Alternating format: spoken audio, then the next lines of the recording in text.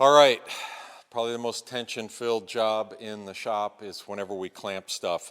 So you see our assembly here, braces overhead. You know, we clamp beams on the back side here to hold things straight. We've brought these two wide planks together.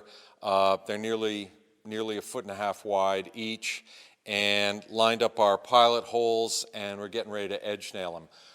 We did put glue in the seam. I use Gorilla Glue. I like the gap filling ability. It's a great glue, waterproof, obviously. A bit about glue. In the old days, Japanese boat builders, not all of them, but a lot of them would put raw lacquer in the seams before they edge joined them. Actually, in all the seams of the boat, they'd use raw lacquer. Raw lacquer has a very slight adhesive potential. And they bought literally the dregs of the lacquer, and sometimes, in some cases, thickened it by mixing it with flour or panko. If you're a cook and you do deep fried Japanese cooking, panko is, I guess, that batter mix. And that would create a thick paste that would simply fill any small gaps between the planks and keep things watertight. Not all boat builders used it. Lacquer was a phenomenally expensive product, and still is. Today, Japanese lacquer workers mostly get their lacquer from China. Authentic Japanese lacquer is apparently incredibly expensive.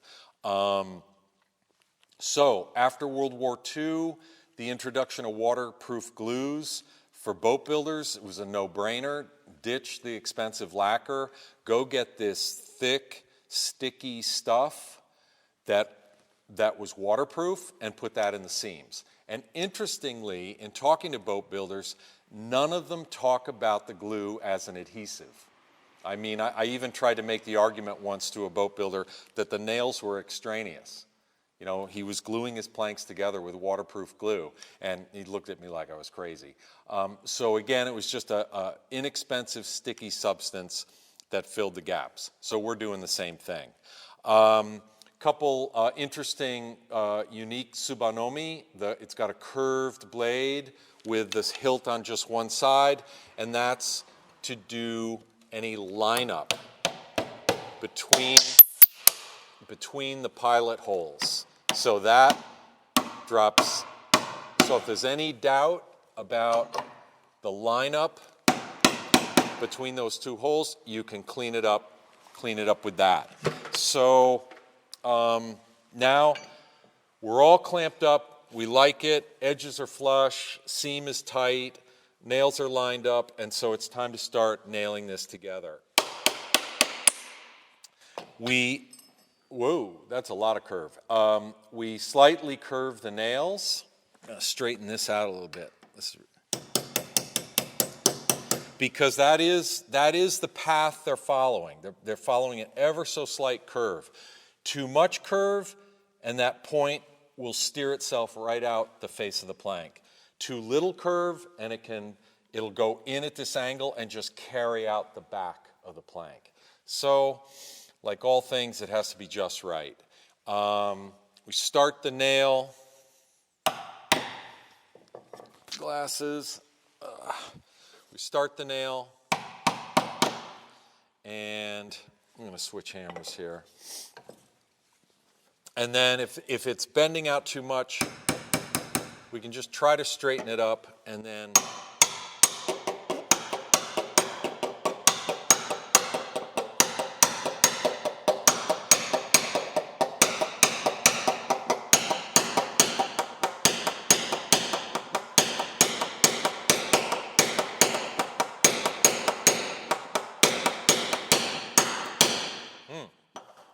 that's driving kind of tight.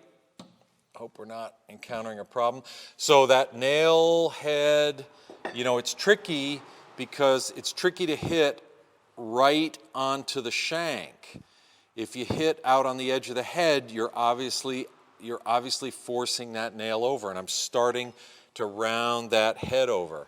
So I just go right at it, and I straighten it back up. And I'm going to try to hold that nail set tight to the back of the mortise.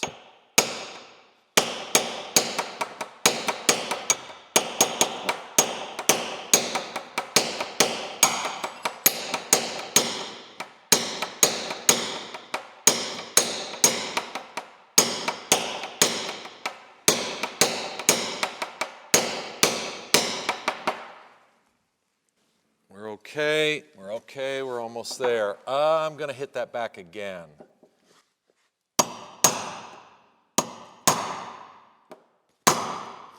And finish it off.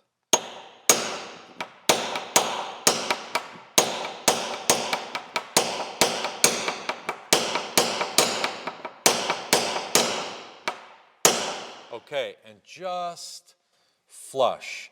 I just buried the top of the head flush with the base of the mortise.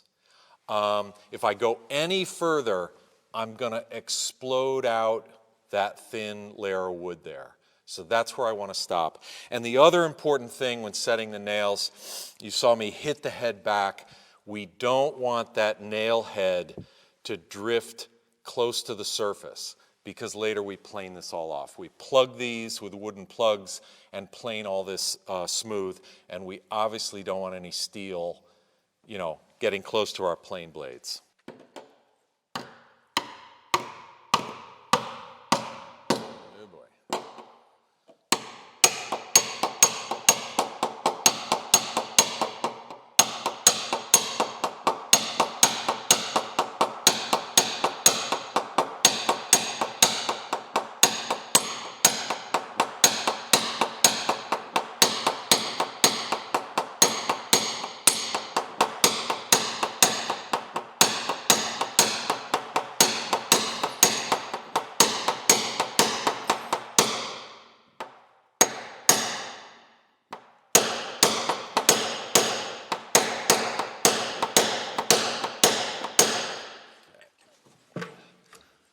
All right, no problems.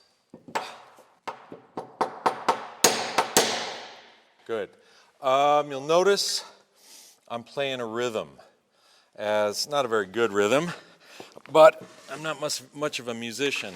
I'll come this way. I'm playing a rhythm as I set the nails. This is something,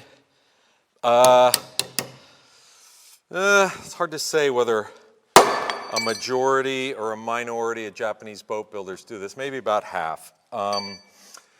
And a number of my teachers did it, and then some of my teachers didn't do it. Those who didn't do it thought it was just silly. But the teachers who did it obviously thought it was very important. And what they said was, in edge nailing, the greatest risk is that we might split the plank.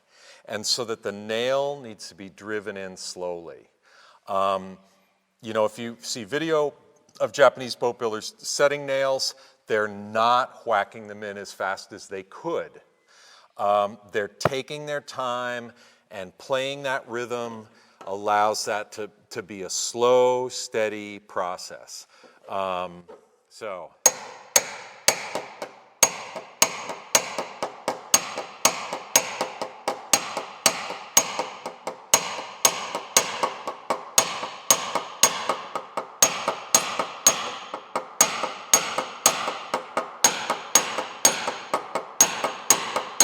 The rhythm's always played with the nail set on the nail in between hammer blows. One of my teachers was really, really accomplished at this, and he actually had a system where he'd get different notes.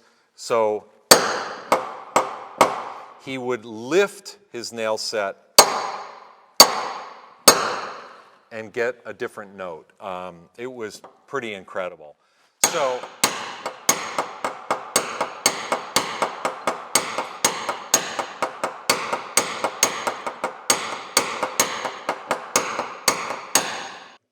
This is my last chance. Get that head back. And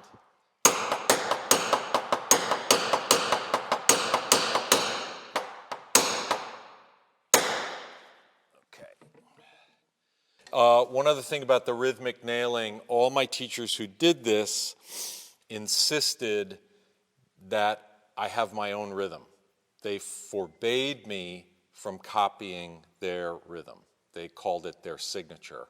And my second teacher, who really was really literally a musician when it came to doing this. It was absolutely amazing, and it didn't surprise me at all. I was talking about it to his wife, and she said, yes, when husband was nailing, the neighbors would gather outside the boat shop. And it was, I could have listened to it all day. It was amazing.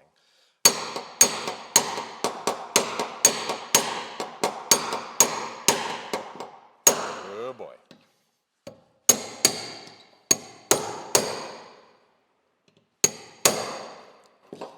I don't know if it's the wood, but these nails are driving kind of hard.